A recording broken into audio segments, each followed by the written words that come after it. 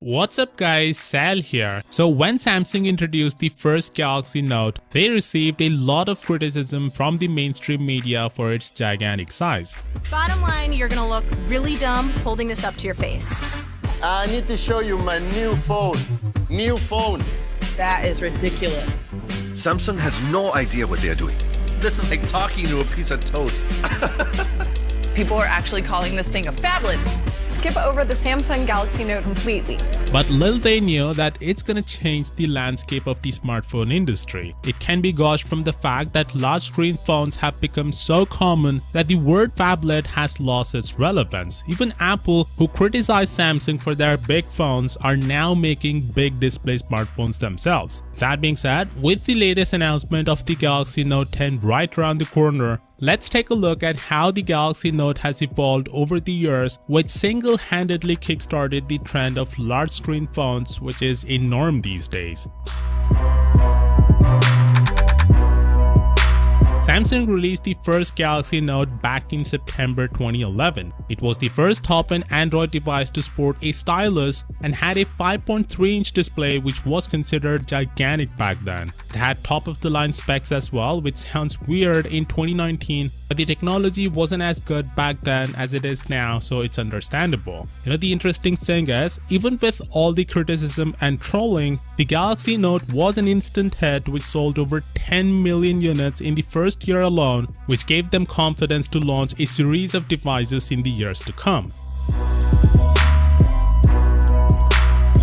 After the success of the original Galaxy Note, Samsung simply had to release a refined successor. The Note 2 improved upon each and every aspect. The design was inspired by the Galaxy S3 and had a quite impressive spec sheet as well. Samsung perfected the areas in which the first Galaxy Note was underperforming. The S Pen was improved, the camera produced some of the outstanding images back then, and it also had an HD Super AMOLED display. All in all, what the Galaxy Note started, the Galaxy Note 2 pushed to great extent.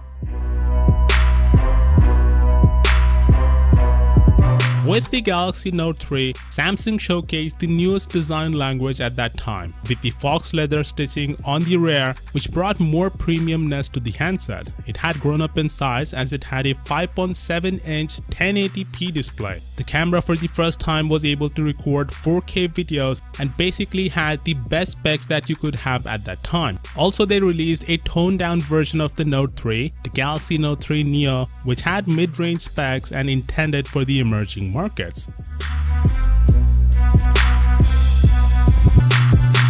The Note 4 is the same old Galaxy Note winning formula, perfected as much as it gets. It had a Quad HD display as well as a metal frame, bringing more premiumness to the handset. Also, for the first time ever, Samsung unveiled a device with a display curve at one side and called it the Galaxy Note Edge, a device with such an intricate form factor which quickly became the norm in all the Samsung flagships in the years to come. With the Note Edge, Samsung proved the critics wrong and gave a message that they are at the forefront of smartphone innovation. The Note 5 saw a big design change. Samsung used a glass metal design that looked really good, but it also saw some sacrifices. The microSD card slot was missing, there was no removable battery, and they ditched the IR blaster. Also, they didn't sell the Note 5 in Europe for some reason. It was a great phone nonetheless, but it definitely split the fan base, and a lot of loyal Samsung fans were unhappy with the decision Samsung made with the Galaxy Note 5. Samsung quickly learned their lesson and brought back the microSD slot in the Note 7. It had a dual curved display, and literally the Note 7 was the best smartphone that has been ever made at that time. The S Pen saw improvements and had an IP68 rating. It also had an iris scanner, which was the first smartphone to feature such a tech. Basically, it was a complete smartphone. Sad that it had issues with the batteries and Samsung had to cancel the smartphone, but they re-released it a year later with all the fixes and called it the Galaxy Note FE.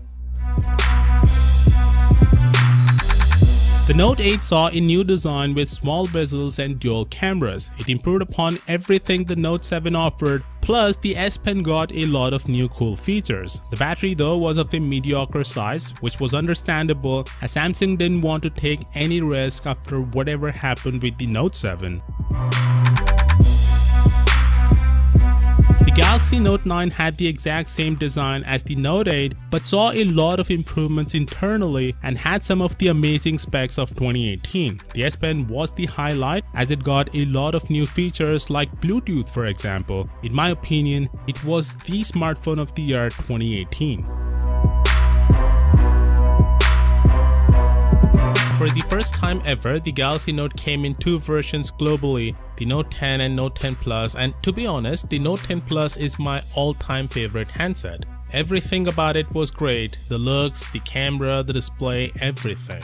Except it was the first Samsung flagship to not have a headphone jack. The S Pen brought some new features as well. Samsung included a gyroscope inside the pen, which let you do plenty of things like changing the camera modes, zooming on the pictures, controlling playback on YouTube, or skipping through images, songs, and videos. Also, the Samsung Notes could convert handwriting to text, and there was AR Doodle as well. All in all, the Note 10 Plus was the best Galaxy Note in my opinion.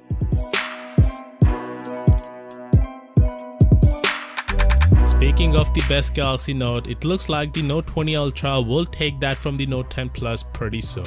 With everything we know about the Note 20 Ultra, it's basically a Note 10 Plus but on steroids by offering new features like a 120Hz refresh rate display, that beefy camera setup headlined by 108 megapixels, and some new S Pen features along with wireless decks. If you are in a look for a new smartphone and have a budget of around $1,300, the Note 20 Ultra is the device to go for. Right here. They're not.